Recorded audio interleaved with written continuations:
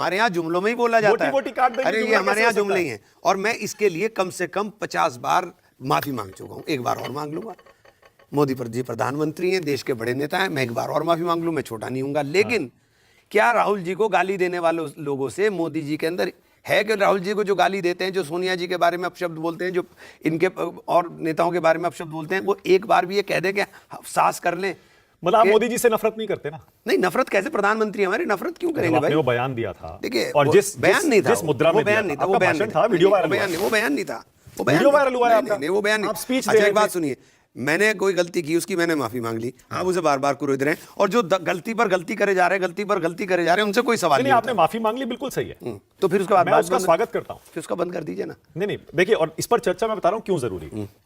चर्चा इसलिए जरूरी है कि उसी एक बयान ने इमरान मसूद को इमरान मसूद बनाया है। ये तो आप मानेंगे?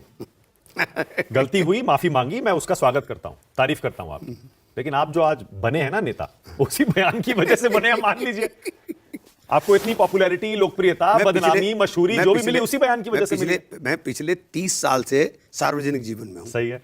और मैंने लोगों की खिदमत की है। हाँ। जब लोग भाग जाते हैं छोड़ करके, इमरान खड़ा रहता है बीच में, चाहे कोई मामला हो। आपको ये तो दिखाई दे रहा है, आपको सहारनपुर के लोगों से पूछेंगे तो जब जिस वक्त ये कावड़ यात्रा चल रही थी और कावड़ यात्रा में हंगामा हो गया, और मैं अपने ऑफिस में बैठा था, मुझे एसएसपी का फ़ोन आया कि इमरान जी ज़रा देखिए, एक लेडी, मुस्लिम लेडी की डेथ हो गई थी, और उस पर 2 रोड, इधर का रोड था, इधर कावड़ चल रहा था, और इधर मुसलमान खड़ा था, इधर हिंदू खड़ा था बीच में, और बीच में इमरान खड़ा था।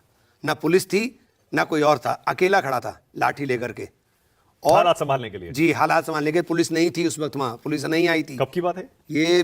2016 की।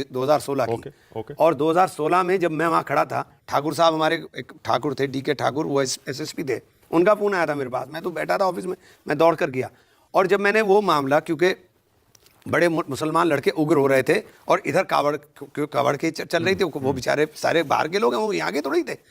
तो मैंने लाठी लेकर के अपने साथियों के साथ खदेड़ करके दूसरा ले गया। उसके बाद पुलिस आई, तो 10-15 मिनट का वो बवाल था। एक सेकंड पूरी सुन लीजिए। 10-15 मिनट के बवाल में वो बहुत था, मैं ख़त्म हो गया। मुझे खुद नहीं लगा कि मैंने क्या किया। मेरे पास जब वहाँ से हिंदुओं के फ़ोन आने शुरू हुए, कह साहब आपने तो ये कर दिया, तो मुझे लगा यार, तो मैं वापस आया। मैंने जिस ट्रैक्टर ट्रॉली से एक्सीडेंट हुआ था, वो ट्रैक्टर ट्रॉली के लोग करनाल के थे। वो लोग 1.5 लाख रुपए लेकर के आए उस महिला को देने के लिए कि साहब हमारा उससे मुआवजा करा के फैसला करा दीजिए।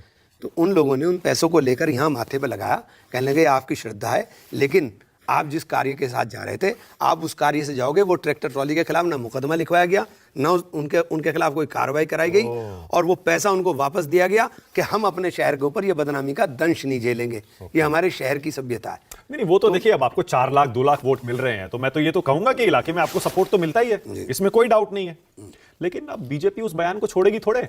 तो जैसे बीजेपी आज भी कहती है, ये राहुल गांधी मोहब्बत की दुकान कहते हैं, मोहब्बत की दुकान में नफरत का सामान है, इमरान मसूद है। नहीं, मैं तो मोहब्बत की बात कर रहा हूं भाई, मैंने नफरत की बात की ही नहीं आज तक। हमने नफरत की बात की ही नहीं आज तक। और ये भी हमने, एक बात तो बताइए, आपके जुमले हैं, आप जुमलों में कुछ भी कह दोगे, हमारे जुमलों को आप सुनना नहीं चाहते। मोदी जी ने तो उसको उठाया था चुनाव में, याद नहीं है आपको? हाँ, तो ठीक है, वो उन्होंने कहा, मैं याद दिला रहा हूं, उन्होंने कहा था कि यहाँ एक शख्स हैं जो मेरे टुकड़े करना चाहते हैं, कांग्रेस के शहजादे के वो बड़े दुलारे हैं, और मोदी जी अगर मेरे यहाँ आएंगे तो मेरे लिए बहुत खुशकिस्मती की चीज़ होगी। मैं उनका भी दुलारा बन जाऊंगा, उनका भी सम्मान करूंगा। मैं मोदी जी से नफरत नहीं करता हूँ। मोदी जी देश के प्रधानमंत्री हैं, उनसे मोहब्बत करते हैं, और राहुल जी ने जो रास्ता दिखाया है ना, मैं उस रास्ते के ऊपर चलता हूँ। तो वो जुमला था बेसिकली, वो चुनाव के दौरान दिया, उस बात को चुनाव के दौरान दिया। आगे आ जाइए। अच्छा, यूपी कांग्रेस के उपाध्यक्ष आप बाद में बने ना जी, तो इसका मतलब आप समझ रहे हैं जी, आप नेता तो उसी बयान की वजह से बने। लोकप्रियता भी मिली, वोट नहीं, भी ये मिला। जो 2014 का इलेक्शन लड़ा था मैंने, 2014 का इलेक्शन मैंने कांग्रेस के टिकट पर, कांग्रेस के टिकट पर, कांग्रेस में 3 दिन की एंट्री पर लड़ा था। पहले समाजवादी पार्टी ने टिकट दिया था आपको। हाँ, वहां से। हाँ, 3 दिन के, और यानी वो बयान पुराना था। हाँ, नहीं, वो बयान पुराना नहीं था।